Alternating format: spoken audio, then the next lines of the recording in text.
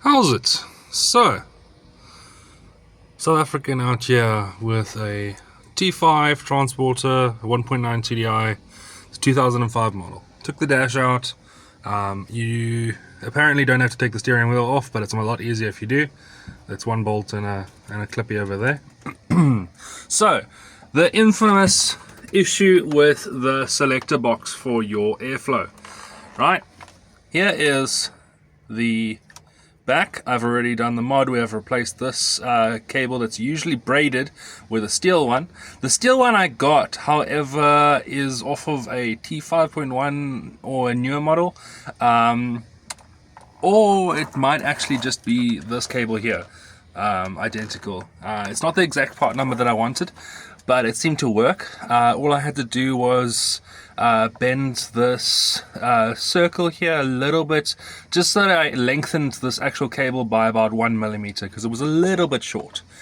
I've also gone and lubricated the gears and the setup in there with just some general purpose grease. And then in here, there's where all of these pins ride to adjust the position, the direction. So there I've taken some silicone spray and put it in there. Silicone spray is the right stuff, provided that you just read the can, make sure that it's not going, that the additives in it aren't going to be an issue for the plastic. And now it just goes. It's not super loud. This is what's actually happening as you adjust it, and it just works. No binding up.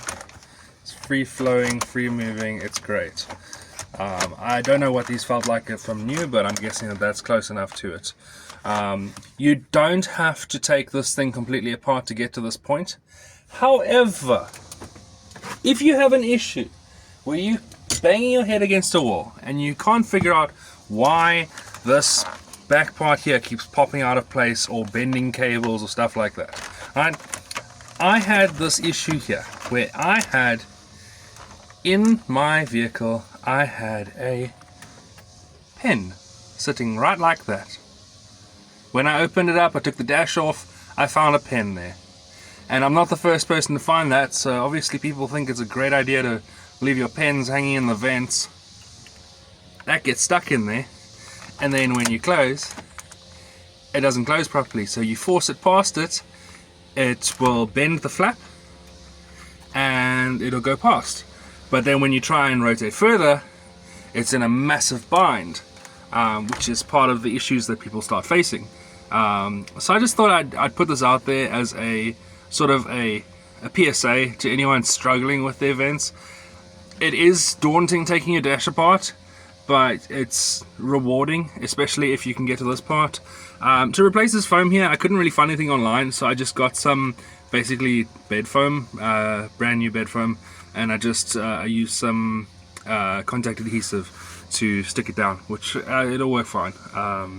It's not perfect, but hey, listen, on a budget, you gotta do what you gotta do.